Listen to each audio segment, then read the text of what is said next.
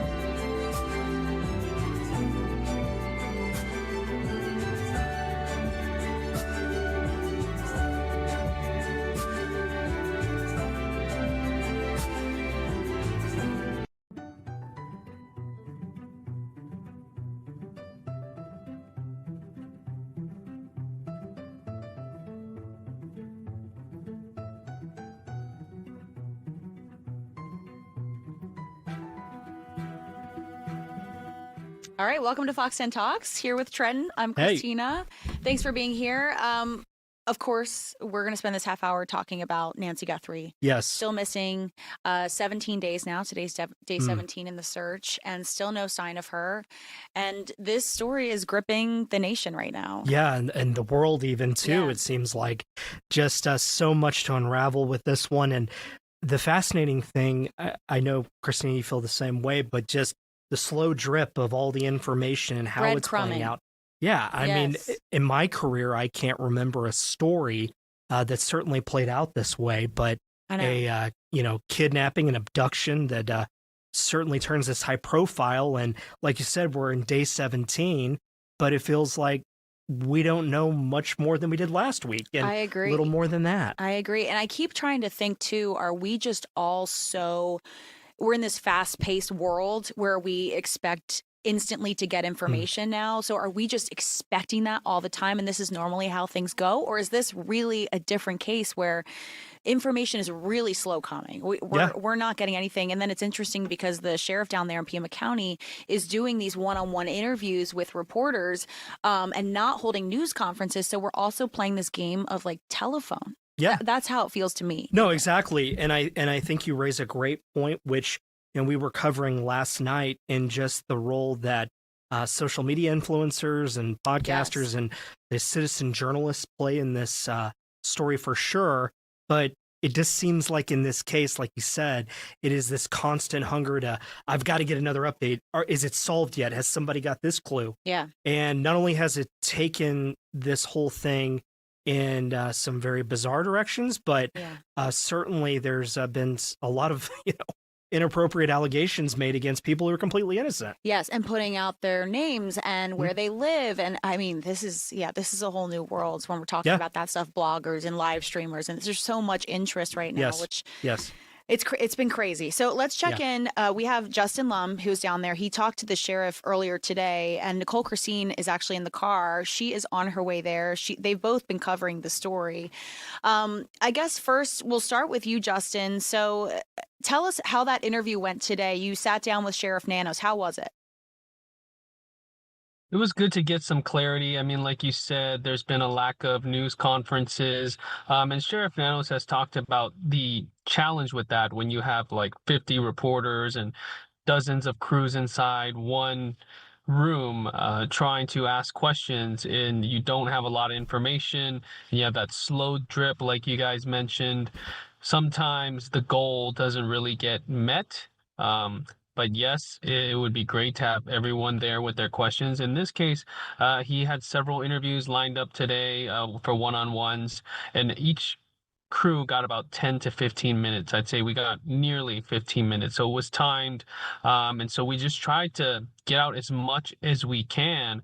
And there are some questions, and this kind of gives you an idea of behind the scenes in the news business, is that there's so many questions you may have that you just know they're not going to answer. So you don't want to waste anyone's time, including your own. But the big development that we wanted to lock down was what is going on with CODIS, the FBI's national database, to see if there's a match for the DNA profile found on this glove 2 miles away. And the update is that there wasn't anything at all. We just know that there's an unknown male on the profile, but you can go the genetic genealogy route, and that process could already be started or initiated to get underway to see if there's possible relatives of whoever was wearing this glove. We also can't confirm or nail down that that glove found off the side of the road 2 miles away is the same glove seen on video. They believe it matches the appearance of the suspect's glove, but that doesn't mean that it is the same exact glove. Meanwhile, there's been DNA evidence found at the crime scene from Nancy's home, and that is still being analyzed and tested. Does not match to the glove, and that's what's next, really. So we focused on that, and the sheriff did his best to dispel rumors about a beef with the FBI and not agreeing on how the evidence was handled and which lab to go through. So we have the full interview in the chat box right now. You guys should check it out right now. Our conversation today with Sheriff Nanos. Hey, Justin, I want to ask too, with your read of covering so many high-profile cases of serious crime, what was your gauge of the sheriff as far as his demeanor with the pressure that this case has on him, his department, and more importantly, the investigation? He is trying to at least make it appear to the public right now that there's no issues with the FBI, that they have deputies and personnel here in this department that work with the FBI all the time, and they must continue to do so. I mean, obviously, if you guys have been following this out there, you know that in 2015 or 2016, the FBI investigated the agency. Nanos was never charged. It had to do with some finances and stuff within the agency. I won't get into the weeds. But one of our questions we were going to ask is if that has soured the relationship at all. When you're dealing with someone's life and you are trying to get a resolution, a good resolution for a family like the Guthrie family, I don't think that is going to get in the way and be an obstacle for, now 16, 17 days now. So he's trying to dispel those rumors that there's any beef, and he's sort of shifting the energy and blame, I would say, to the citizen journalists, the YouTubers, the people who have basically come into the neighborhood of Nancy Guthrie alongside traditional media. And there's a lot of noise right now, and we're trying to figure out what's fact, what's fiction, what's accurate. Justin, and so he sort of went that route. You covered, Lori Vallow, of course, and that was a huge story. Did you see this same kind of thing with coverage of that? You were in Idaho, you're on the ground covering this. Did you see all those bloggers show up in the live stream? Was that occurring then, or is this kind of a new, different thing? This is different because you have to think back and flash back to 2020 during the pandemic with the Lori Vallow case, where we were dealing with that. We were working from home, or we were in our cars, we were all separated, and you didn't have, besides the crews that were following Lori Vallow and Chad Daybell on the island of Kauai and trying to get images of them and stuff like that, you didn't have people in huge crowds go to the Chandler home where Charles Vallow was shot and killed. and to Chad Daybell's home in Idaho. You had little spurts of it. This is totally different in comparison, where you have so many people surrounding this neighborhood. And then you have media here at the Pima County Sheriff's Department headquarters where I'm at, where crews have been set up for weeks now. So it just is more amplified than it was before. And really, when you think about it, the Pima County Sheriff's Department, they have put out email updates, very different than the FBI, which can just say, we're not going to comment. They put out those updates. They've done a few press conferences, and now these interviews. It seems like the message is transparency, where if we're talking about the Vallow case, it was not easy to get a sit down with the Chandler detective, especially Rexburg police in Idaho, in such a small town, a small market. So, and you weren't going to talk to the FBI at the time that was all happening over several months. And when the center of the case, the kids that were missing, JJ Vallow and Tylee Ryan, were found dead about 9 months after they were reported missing. Here we are in the third week of Nancy Guthrie's disappearance. So it feels like it's been taking forever. There's definitely fatigue and burnout, but it is still early in generalities. Hey, Justin. So one thing that obviously has been a huge focus of this case is the family. Yes, her Nancy Guthrie's daughter, Savannah Guthrie, has the national acclaim, being the Today Show host, but also the other members of the family and her daughter Annie living in Tucson. I know that you asked the sheriff also about his statement yesterday saying that the evidence showed that the family was cleared from this investigation. I believe we have that soundbite if we can watch that real quick and then come back. Oh, that's not right. I wanted to come on and... Do we have the one with the sheriff? You've said that everyone is on the table. Everyone's being questioned. Now you've officially cleared the family of Nancy Guthrie as suspects. You called them victims in this case. What specific piece of evidence changed between, this weekend and Monday that allowed you to officially rule them out? Or were they ruled out a while ago? They've been ruled out a while ago. Here's the thing for that. And the reason you probably saw my remarks, and they were a little terse. Look, you just as I stepped up, see, when we had our last press conference, I told you wouldn't be hearing from us for press conference. We're just not going to hold press conferences to hold press conferences. What we would tell you is, as we get information, we will put it out, and that has happened. Come back. But when I have media, wow. Very interesting. I mean, it's interesting. I thought this when he put out the statement, he was clearing the family. Recent as last week, he was saying everyone is, everyone's a suspect. Yes, we're not ruling anyone out. In fact, Sunday, I thought he said that was that very recent. Yeah, right. And now and that's where the issue is, where media, anyone in the public is like, okay, you said this, now you're saying this. Today you're saying a long time ago they were cleared, when we didn't hear that. He said everyone was on the table. They've collected phones, computers. They've searched the cars. They've been to Annie Guthrie's home many times, back and forth between Nancy's home as well.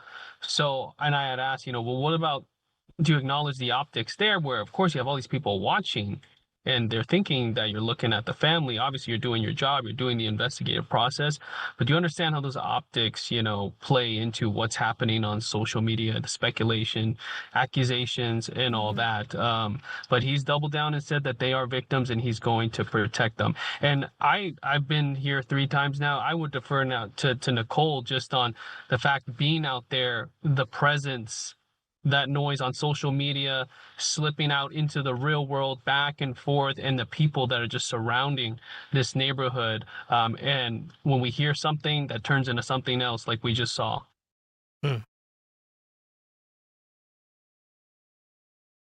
Nicole, what was your read with how the sheriff was acting today, especially his answers there? Yeah, so I think, heading down here today, I think this is going to be my 4th or 5th day that I'll be heading to Nancy's home. So, you spend time there and you kind of get into this mode where you totally understand, honestly, where the sheriff is coming from when it comes to these people who are there with us, because we're there, we're set up, and we are really waiting for those layers of confirmation on things. We don't just see something on site and just share it with the public immediately and make our own assumptions. But you do have a lot of people that are doing Hey, Nicole, real quick, if you Yeah. could hang with us, I just want to finish that thought. And of course, your perspective Yeah. out there, really important. But yeah, we're going to.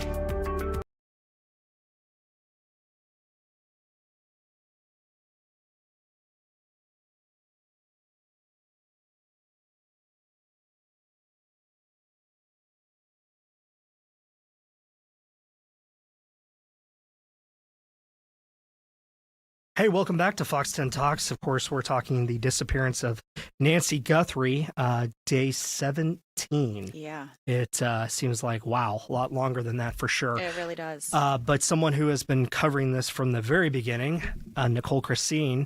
Hey, I know you're headed down there to Tucson right now. But Nicole, I thought your interview last night with a genetic genealogist looking at the forensic connections of how they can get DNA if they don't get a hit in the CODIS database, right? The federal database for convicted felons or even with federal employees or military members. If they don't get a hit in that, then genetic genealogy seems like the next step, right? Yeah, and that was part of Justin's interview with the sheriff. He did say that is going to be their next step. So from a solution-based perspective of, this hasn't worked so far, but there are still options. This is really a great option for them, honestly. I mean, a lot of people, I think, are hearing that there wasn't a hit in CODIS, and they're thinking that there's a dead end. And it's anything but a dead end, honestly. Dr. Colleen Fitzpatrick is a doctor and the forensic genealogist that I spoke with last night. She has a very impressive track record of working in this genetic genealogy field when it comes to crime cases. People who are from the local Phoenix area will recognize her from the Canal Killers case in the 1990s. She has done a lot of great work. And she said that there are a lot of ways in which this genealogy can come into play and can do things that, could really help this case in a lot of ways. Because, okay, so CODIS is this database of known samples, right? You mentioned convicted offenders, federal employees, maybe missing people. But you've got this genealogy network that, if you think about it, anybody who has ever done Ancestry DNA, 23andMe, anybody who has been a part of any sort of ancestry database, which a lot of people are, they can then connect the dots through that familial DNA. And she said that the way that genealogy works, at least, we talked a little bit about the potential for degradation out in the desert, right? If this glove, let's use this glove as an example, if this glove does end up being connected to the crime, which we do not have that confirmed at this point, but if, let's say it does, but it was out there for however many days before it was collected, she said that yes, degradation could happen, but the advancements in this technology have allowed for them to get a hit off of just a tiny, she called it DNA confetti, that you can find a match with. So, coming at it from this perspective that a lot of people are maybe getting burnt out from the lack of answers. And we've talked about, this entire show today, the idea that people are thinking that things are happening too slowly. This isn't a dead end because CODIS didn't hit on this glove. Every piece of DNA evidence they have collected so far, if it doesn't hit through CODIS, has this option. And this doctor said, this is a great option, really, because there are a lot of cases that you can point to where this familial DNA ended up solving the case and getting justice. Yeah. Right, exactly. I mean, we have the I Am Mitchum case happening right now, which is Arizona's first death penalty case on familial DNA. So, yeah, a lot going on here for sure. Yeah, we'll check in with you later on Fox 10. So we'll see you there, Nicole. Great. Good luck with your coverage. We'll see you on TV. Thanks, Nicole. Thank you. Thanks, guys. Okay, let's bring in our next guest. We're going to talk with John Flynn. He's the president of the District Attorneys Association of New York. He's the 41st District Attorney of Erie County, New York. He served 2 terms, and he's going to join us in just a second. Yeah. But Trenton, let's talk about the blue fly technology, right? Yes, fascinating. Parsons technology has this signal sniffer, right? That can attach to a drone. And I believe we have some video of that. We can actually play. There it is. This stuff is amazing. And this is pretty new, right? I believe this came out in 2025. Yes. So this is a new thing that they're using in this case to hopefully maybe track something with Nancy's pacemaker or something like that. And this thing can detect, I was reading about it, even like an Oura ring, like something as small as an Oura ring, which is crazy. And just the level of sophistication, too. And I know that certainly after Nancy disappeared, and the first thing the sheriff mentioned was she has serious health conditions. Yeah, right. She's taking medication for her heart. She also has a pacemaker.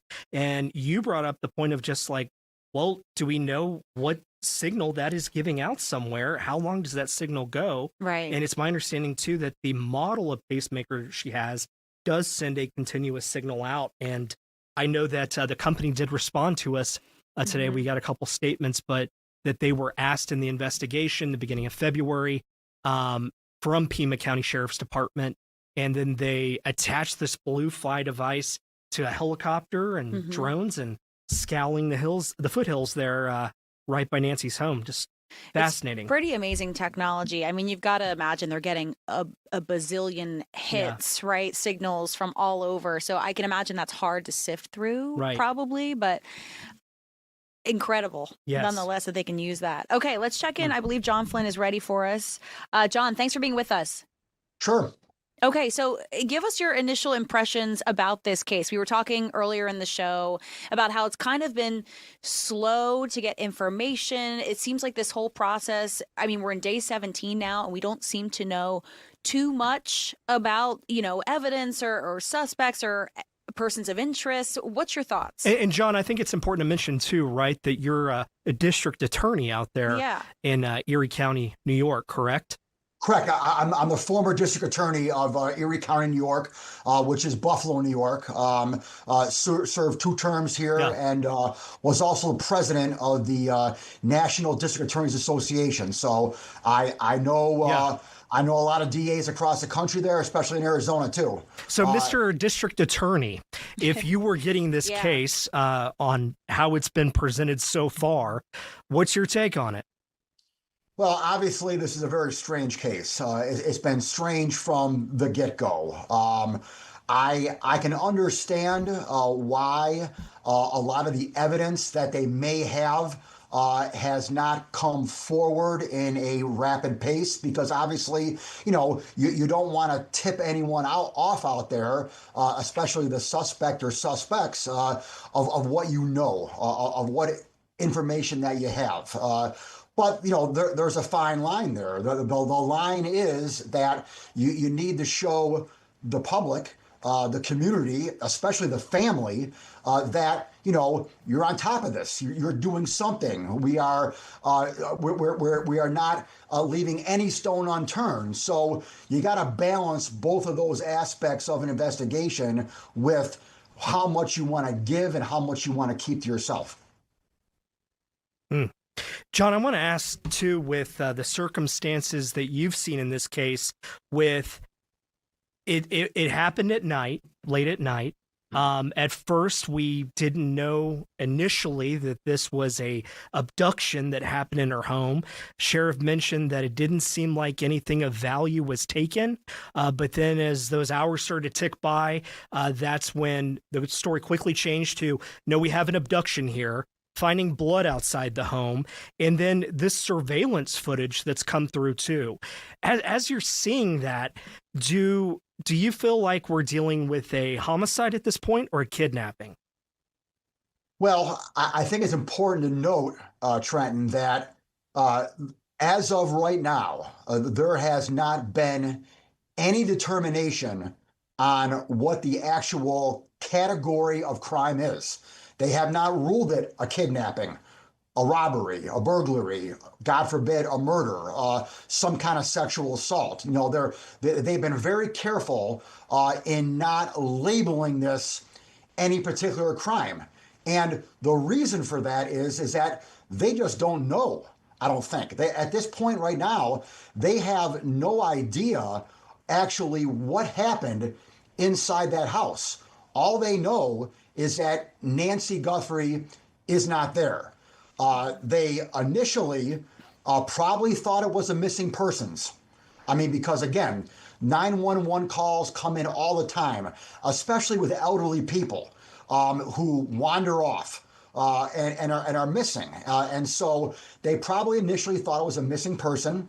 They quickly realized once they saw the blood that it's probably more than a missing persons now, and that, it's something else. And they haven't categorized it as an abduction or a kidnapping, but I think that we can probably reasonably assume that. But we got a few ransom notes early on, but haven't had any ransom notes recently. So, is it really a kidnapping at this point? And unfortunately, here we are 17, 18 days later, and, at the end of the day, is this going to be a murder? That's the worst fear that we all have. Yeah. Can you talk a little bit about this? So the sheriff down there, he's gotten some flack, right? Because the crime scene was opened up really quickly in the beginning. And to many lay people, I think a lot of people don't know how that works. Is this unusual? Why was it opened up so soon? Then you have some experts saying, well, I mean, this is typical. We got what we needed, and then we moved out and moved on. So what do you make of that? Is that unusual to you? I mean, there was blood on the front step and reporters are walking up and getting video of it. Seems strange.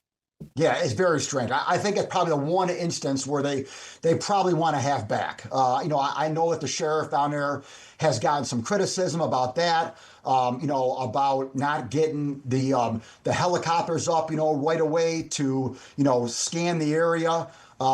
I know he took some criticism about going to an Arizona basketball game. So, in addition, he's gotten some criticism about, sending the DNA results to a private lab in Florida. I think that some of those other ones can be explained to a certain extent. Obviously, I think they want to have back the fact that they, kind of closed the crime scene down relatively quickly and then had to reopen it back up again. But, again, I wasn't there, obviously. I wasn't in communication with, the deputies down there. And so, I really don't know. But it seems a little bit strange that they would close the crime scene down so quickly. John, we got about 30 seconds left, but I want to ask you real quick, just if you can weigh in about the jurisdictional battle between the local authorities and the feds. Yeah, the cooperation in any investigation like this is key. You're going to want to have both the local and the feds working together, which they seem to be. Again, a few criticisms about, I've heard about not sharing evidence, not sending it to the FBI lab in Quantico right away. You're going to get that right. You're going to get that, stuff, happening. But for the most part, I think they're cooperating. Okay. And again, cooperation is key. Yeah. John.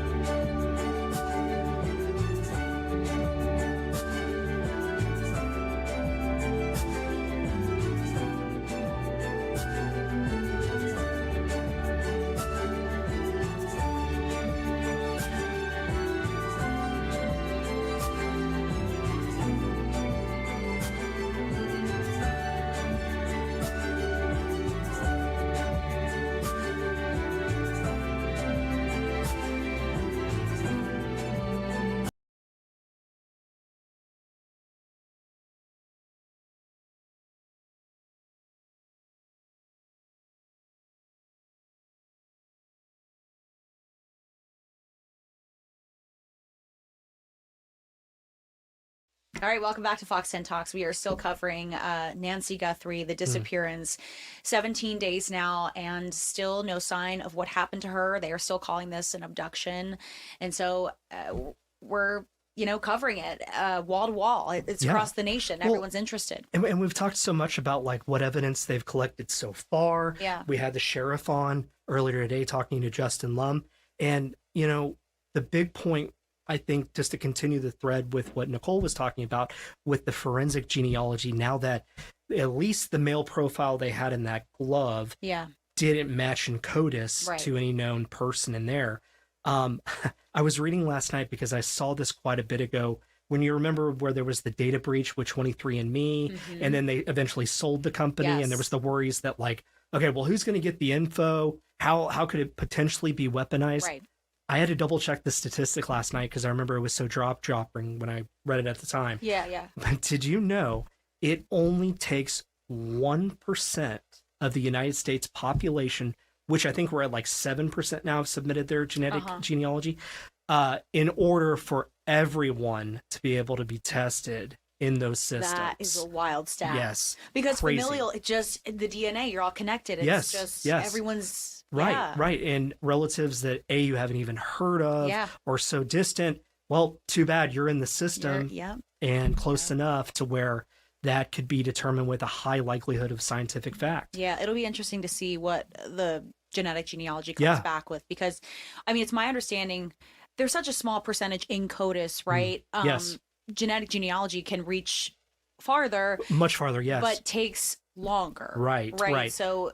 Yes. It might be some time before we learn that, whereas they can, cross match with CODIS and see if anything comes back. And now we know that did not happen. Exactly. And Nicole's expert that she had with talking about that, I know in the past when we've spoken to her, she said that, of course, it is a science base where they are using that DNA to match it to an actual sample. But the other part I thought was fascinating was the genealogy part, where, like you said, it's that investigative determination where they're looking through a family tree, looking at, it's got to be one of these relatives that we can point to, but let's look into more of their stories and the circumstances and, actually determining, okay, that's a fit for who we're looking at. And then, of course, the step in law enforcement where that's not enough to introduce it in court per se, where they have to go before a judge, they have to present more evidence to take a sample to directly match it. So long and short, I think we're going to be in for quite a bit in this case until it becomes before a judge and a jury,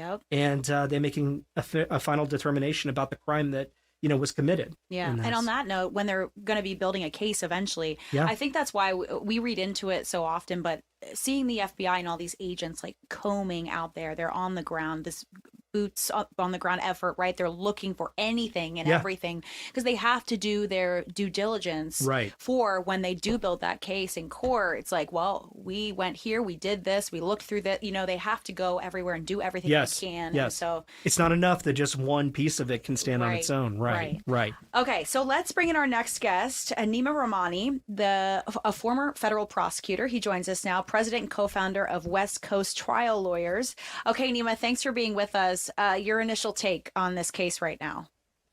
Christina, thanks for having me. Obviously a really sad case. And, as more time goes by, we enter into week 3, we start thinking, is this going to be a homicide case? Is this moved on from a missing person or a kidnapping case? I hate to sound grim, but when you have someone who's in her 80s, who has obviously a pacemaker, who's not on her meds, at least they weren't taken, the more time that passes, you start to go down that path. And regardless under federal law, kidnapping has a very significant sentence, but obviously if it results in death, for the president to talk about the death penalty, but it's a mandatory life case from a legal perspective. But you start, again, just losing hope. And I hope I'm wrong, and I don't want to sound grim, but I think time is not our friend in this particular case.